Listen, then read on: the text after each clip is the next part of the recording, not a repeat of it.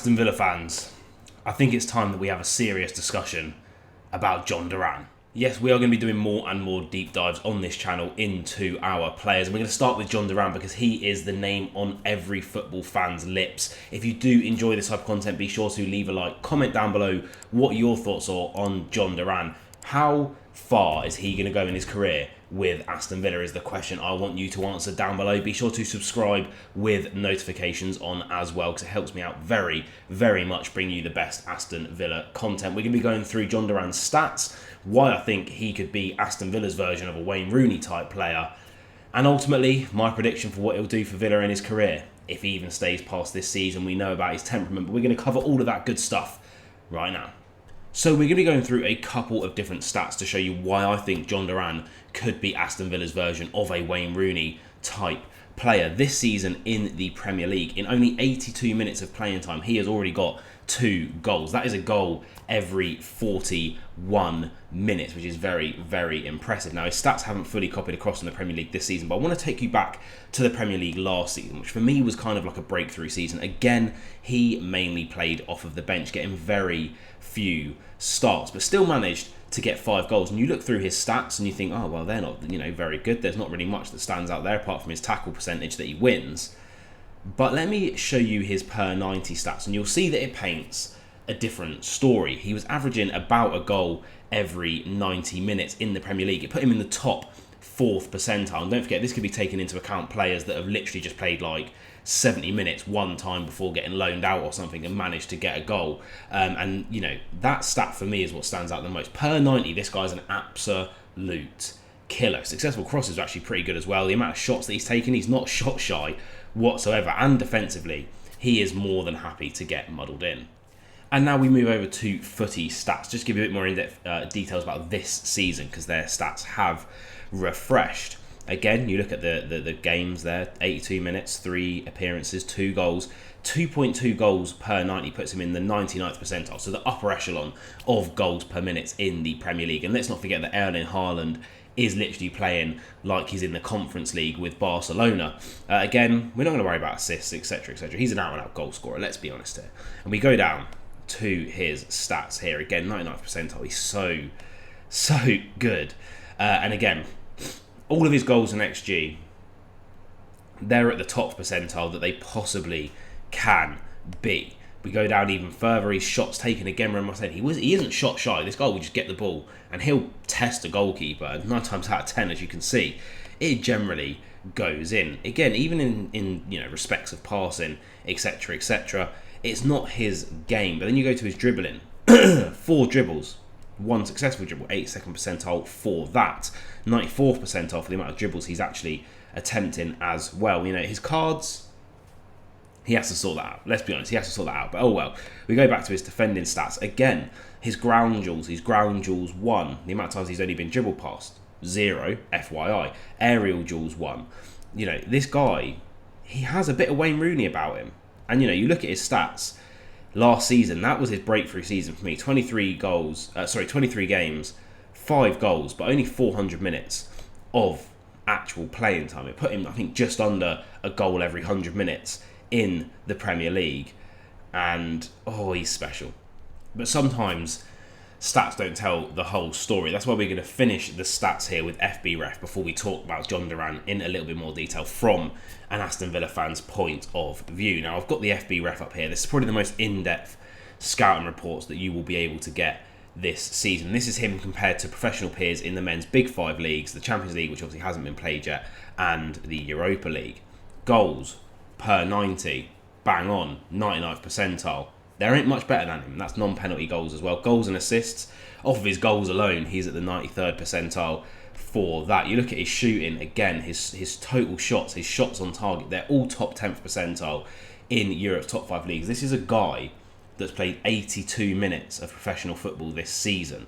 His goals and shots, his shots on target, 99th percentile. His XG, his non-penalty XG, 99th percentile. Again, passing, probably an area of his game that he needs to bring up, but that's fine. He's literally 20 years of age. We go down to his passing. Again, it's all right. Passing from free kicks, through balls, 83rd percentile. It's not terrible, but that's not really his type of game. His defensive actions that are created, shot creating actions, are actually relatively high, as well as his fouls drawn and defensive actions. His defence is actually one thing that I think is very underrated about Jhon Duran. Yes, he does just get yellow cards like they are confetti at a wedding, but his defence is actually very, very good. 78th percentile for tackles. For tackles won, he's in the top 5th percentile for strikers, especially in the defensive third as well. He's not afraid to muddle back in.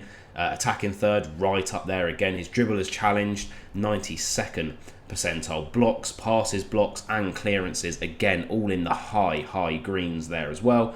And then his touches, the amount he's getting on the ball as well is very good. But again, stats don't tell you the whole story about this 20-year-old Colombian phenom.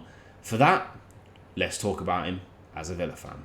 So why do I think that he could be such an important player if Aston Villa can tie him down to a long-term contract, which is going to be the issue? Over the summer, he was probably one of the hottest bits of property in the Premier League. He had links with the Italian League, with I think it was Inter and AC Milan, both sniffing around his signature. We also had major interest from the Premier League as well, with Chelsea looking like it was a dead cert, West Ham looking like it was a dead cert, and yes, he made some dodgy decisions, and I was right at the forefront of saying if he's going to disrespect the club like that, we have to let him go. But it looks like since he's come back, he actually gets it now. He seems to have struck up a great friendship with Amadou Onana, which is very, very good to see indeed.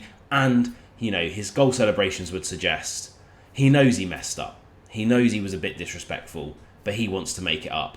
And he is quickly becoming a fan favourite. Now, I think for Aston Villa to progress, you look at all the great clubs that have gone up and flown through the Premier League ranks, and they all have that one outstanding attacking player. It doesn't necessarily need to be a goal scorer like Jhon Duran, but an outstanding attacking player.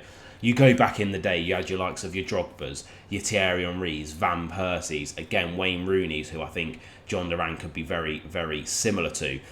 You even go, a little bit more forward into the modern day of Premier League football. You have your Mohamed Salahs for Liverpool, your Heung-min Songs and Harry Kanes for Tottenham. These are the clubs that are pushing into the Champions League finals, pushing for Premier League trophies. And they all have that one outstanding player. Now, yes, Ollie Watkins could be that last season. He definitely was that for Aston Villa, but he's 28 years of age and he's not a clinical finisher.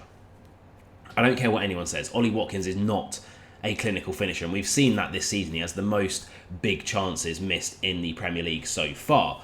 And then you have this 20-year-old phenom waiting in the wings in Jhon Duran, and I think it could be his time to step up, start starting games for Aston Villa, and he could easily be a Premier League 100 club player. And I saw some interesting tweets, I'll pop them up here, just in regards to Jhon Duran's stats, but I don't think, again, the stats paint the full picture for this kid. He's 20 years of age, so young. We bought him from the MLS. Now, don't get me wrong, I think the MLS is starting to be recognised as an actual potential feeder for Europe's elite leagues. Man City have recently made a couple of signings from there, and it is kind of the natural progression, especially for these Southern American players, coming from the likes of Colombia, Peru, Argentina, these types of players. They could go up to the MLS very easily. I mean, America's so close. But again, those stats don't tell the whole story. We look at Jhon Duran's goals, and if I can pop some highlights up without being copyright claimed by the Premier League, I definitely will. But we look at the goals, and again, his first goal for the club against Everton, we were already 3-0 up. It wasn't the biggest in the world, but this kid just has an eye for absolutely wonderful and meaningful goals. Last season, you think we were 1-0 down against Crystal Palace, and then Jhon Duran takes the ball down on his chest at the edge of the 18-yard box and rifles a volley. It was beautiful. I'm sure it must have won our goal of the season. And that sparked the comeback for us to come on and win that game 3-1. You then fast forward and you think of the Liverpool game. We need to get at least a point out of that game to really put the pressure on Spurs to mean that we can secure top 4. We are 3-1 down. We're struggling. Or was it 2-0 down? I can't even remember. I think it was 3-1. And then Jhon Duran, an absolutely brilliant left-footed goal from outside the box, and then the ingenuity just to flick his knee up, and then it's 3-3. We qualify for the Champions League, and you look at this season. I mean, his goals have been absolutely massive. The one against West Ham turns a draw, possibly even a loss, because West Ham were in the ascendancy in that game, into a win. You look at I mean, Jesus, that Leicester game was so scrappy. It was so tight. You know, it could have, again, a game that could have gone either way. Jhon Duran comes on, and by the way, that is a world-class header. No other way to describe it. That is upper echelon level of heading ability. He scores big goals, and he has an eye for those moments. The fact that he's left-footed, for me, just makes him like even better, because I don't know what it is, but seeing a player strike a ball with their left foot is just, it's really nice compared to a right footer.